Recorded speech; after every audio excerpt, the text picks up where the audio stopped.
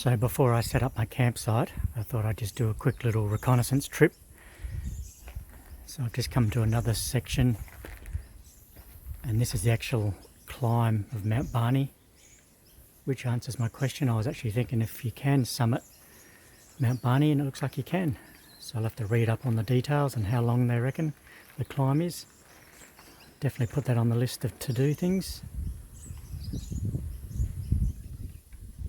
Looks like they're doing a controlled burn here at the moment. There's a few little bushfires going on.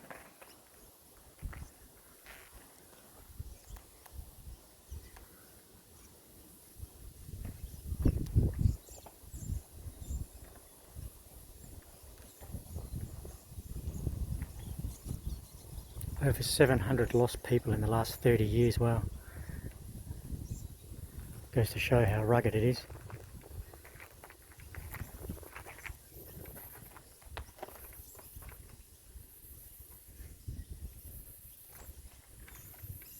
So there's camping grounds in this area, but apparently it's about a 4 to 6 hour hike, which would be quite a few kilometres with a backpack on, weighing probably close to 30 pounds.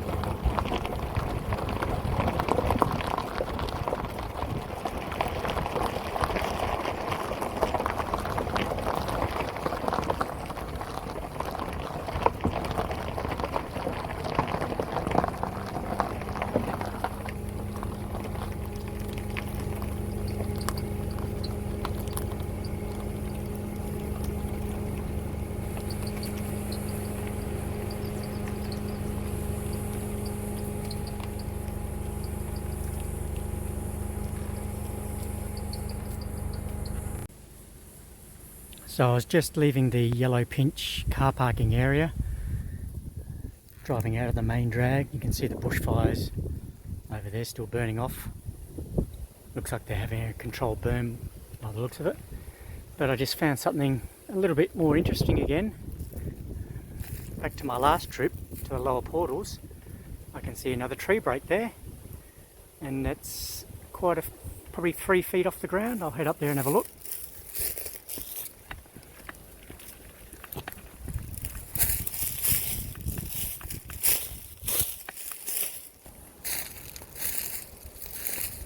That's definitely very interesting. It looks like the tree's actually been eaten by termites, but still the bend goes in a totally different direction.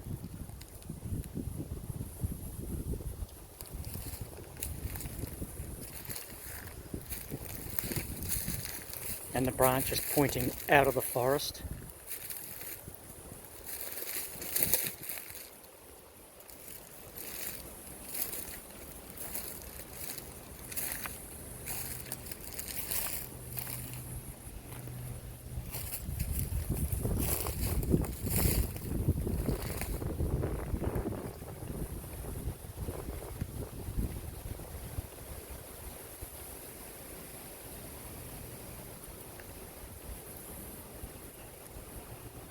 Beautiful countryside though.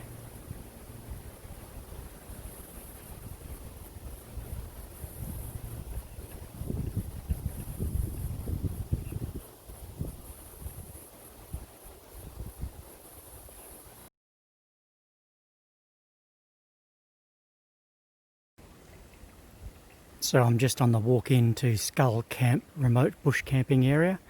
I've just walked about sort of 300 or 400 metres and I've come up to my first little creek crossing. It's a tranquil little spot. It's looking good. It's looking like it's going to live up to its name and be quite remote. There's a water source, which is handy already. I'm hoping there'll be water at the camping site.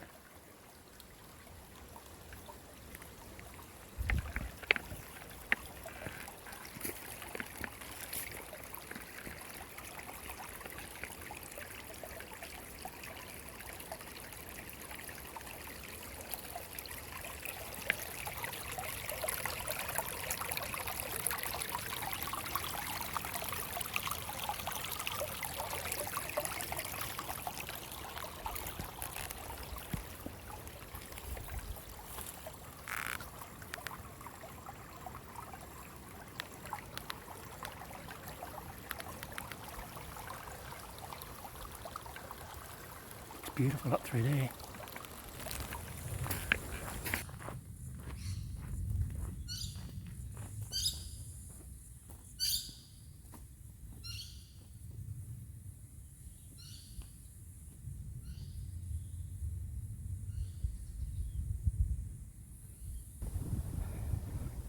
Well, about 1.5 kilometres into the walk, you cross a little bridge, a little creek, and then you come up to a nice steep incline. I don't know if the camera's going to pick up just how steep this one is, but that's where it starts, just down there, and you just slowly meander your way up the side of the mountain.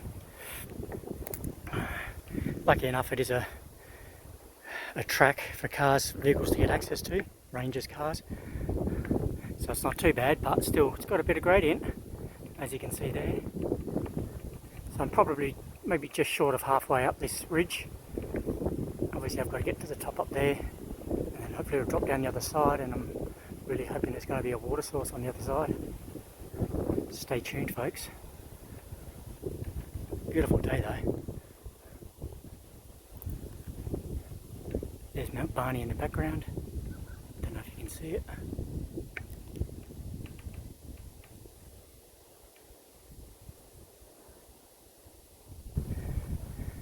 Well, I think I'm almost near the summit. Maybe another couple of 100 metres to go. Just trying to look back down the mountain and give you an idea of how steep this gradient really is. The camera doesn't really do it justice, but it's a pretty steep angle. And hopefully the rain will stay at bay. There was forecast showers and storms this afternoon, but I'm hoping it'll blow over in another direction. So just around the next bend, and then probably up there somewhere, and then maybe drop into a valley at the base of a gorge and find some water. That's the plan. Yeehaw! My wish did come true. Oh, that last video was just about before the crest, before it goes down into a little gorge. I can see some rocks down there, so hopefully there's a water source and a water course. Whew. Thank God for that breeze.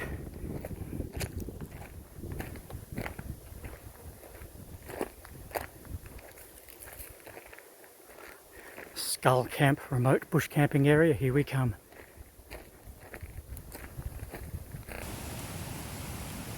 Here's an interesting bit of scat. It's got a lot of fur in it. Could be from a fox or maybe a predatory cat.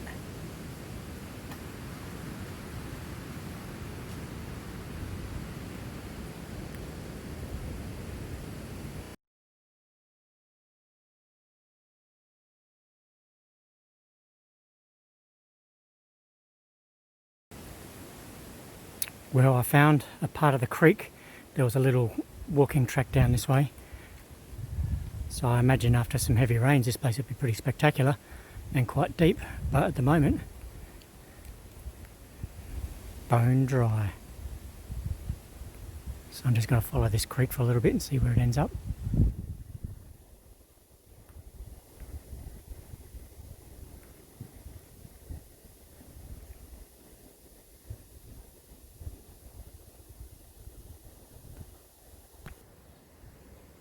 Well, I found a little walking trail, so I followed it off to the side and it led me down to the creek, and I found the camping spot which I'm about to head over to now.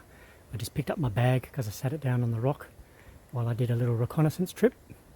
There's another little tributary coming from up there which I'll go and explore tomorrow.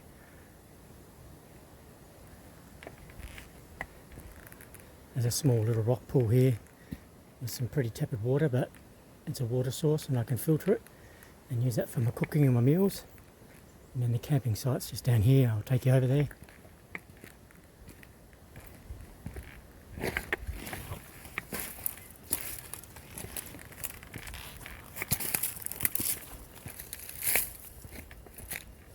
We'll go via the creek. So you can see the water's pushed these trees over pretty well. This would be a fantastic spot when the water's in full flood.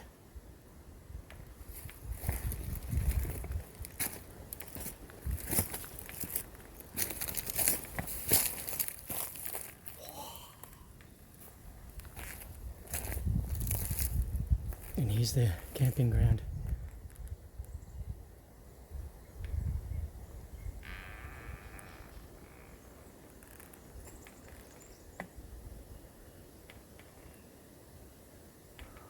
Awesome. Time to set up the shelter before the rain comes, hopefully. Check in with you later.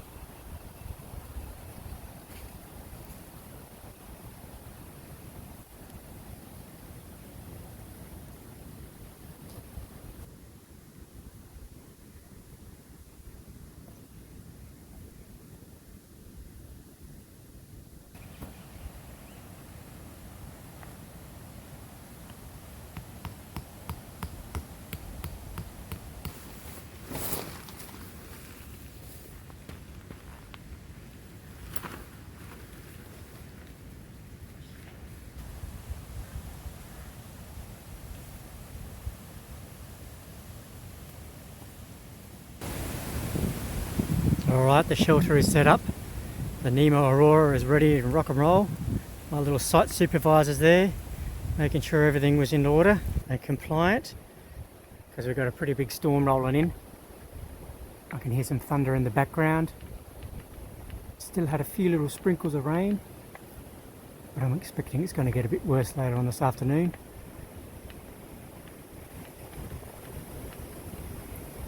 There's some thunder now.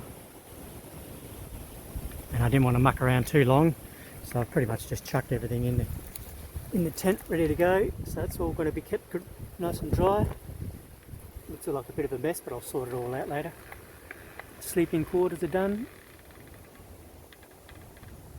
Backpack with the water, and this time mixed in with the water I've got some blackcurrant juice just to mix things up and make the flavour change a little bit. Otherwise water can get a little bit stale.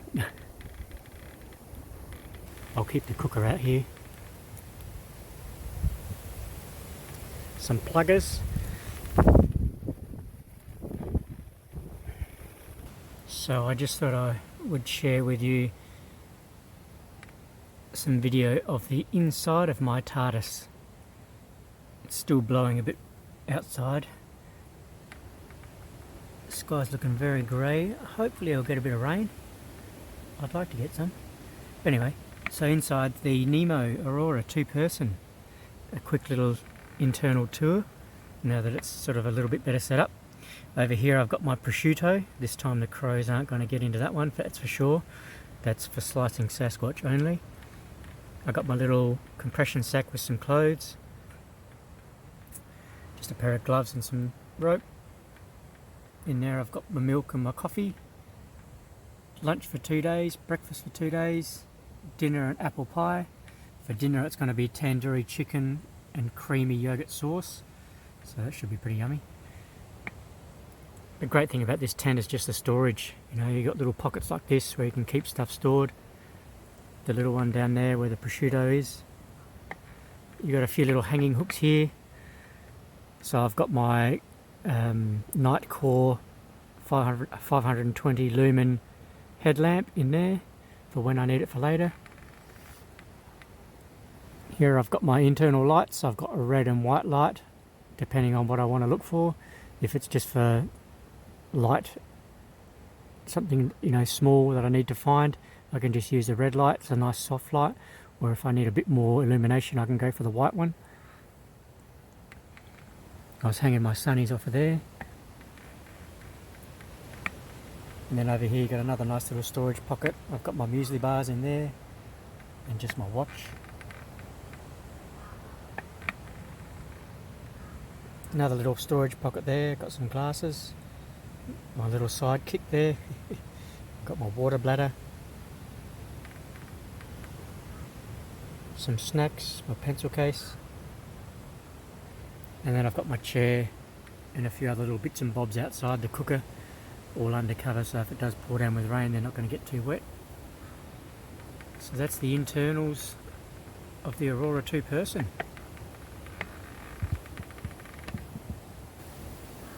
So now it's time to turn on the little fluoro light for the Yowie care package.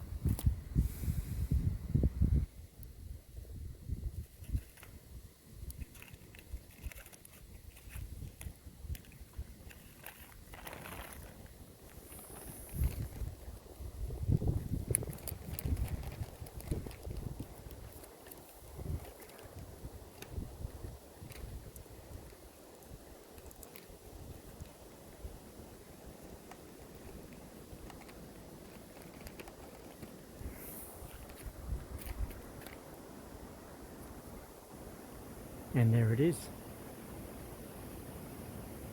So hopefully if any Yowies do come through my camp tonight, they'll find this as a nice gesture, a token of goodwill, and leave me at peace.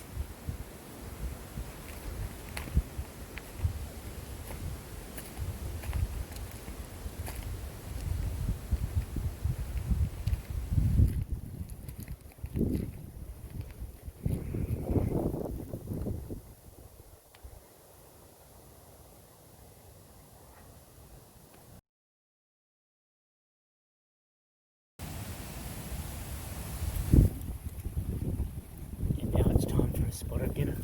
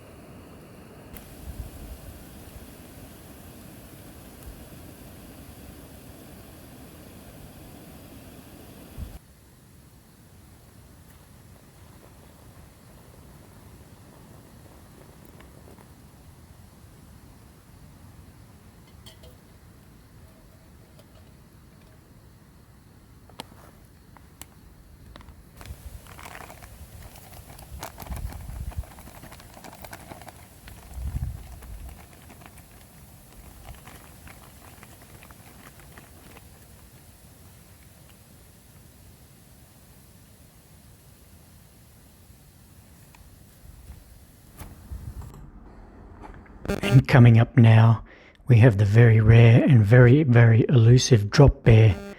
This one looks quite relaxed, as it looks like it might have just recently fed. It tries to get up into the trees to get away from me, but I felt like I was in no real threat. It wasn't showing any signs of aggression. It looks like it's got quite a full stomach and struggled to get up the tree.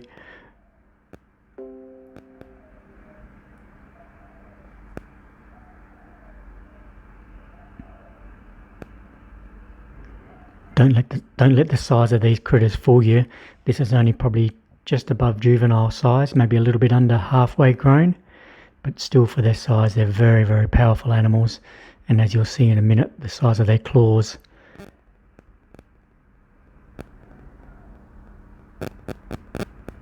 He looks like he's just trying to find a nice comfy spot in a tree to relax for the evening, digest his meal. Could have possibly been a tourist, a backpacker.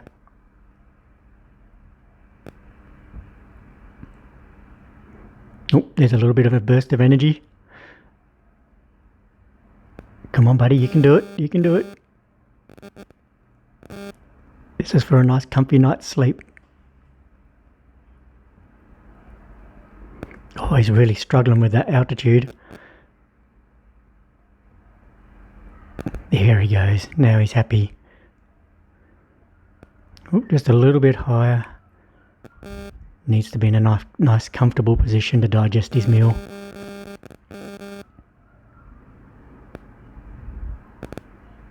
I think he's in a little bit of a food coma, to be honest. All the blood's rushing from his brain to his stomach to digest his meal. In a second I'll get in closer and show you how big his claws are. Now these claws, they're razor sharp. They could cut you open in a second, and they've got a fair set of fangs too. These drop bears are notorious for dropping out of trees at night on unsuspecting victims. When you least expect it, you're walking through the bush and one can just drop on you. This one here probably only weigh about 6 or 7 kilos. So like I said, it's only sort of a mid-size one. You could imagine a full-grown one weighing sort of anywhere around sort of 15 kilos. Dropping out of a tree, it'd be enough to put you on the ground. And then you've got to also contend with their fangs and their razor-sharp claws. I was quite fortunate to catch this one after a meal, so it's quite placid. But it could have been a totally different story if it was hungry. I'd be on the victim list, and I'd be its next meal.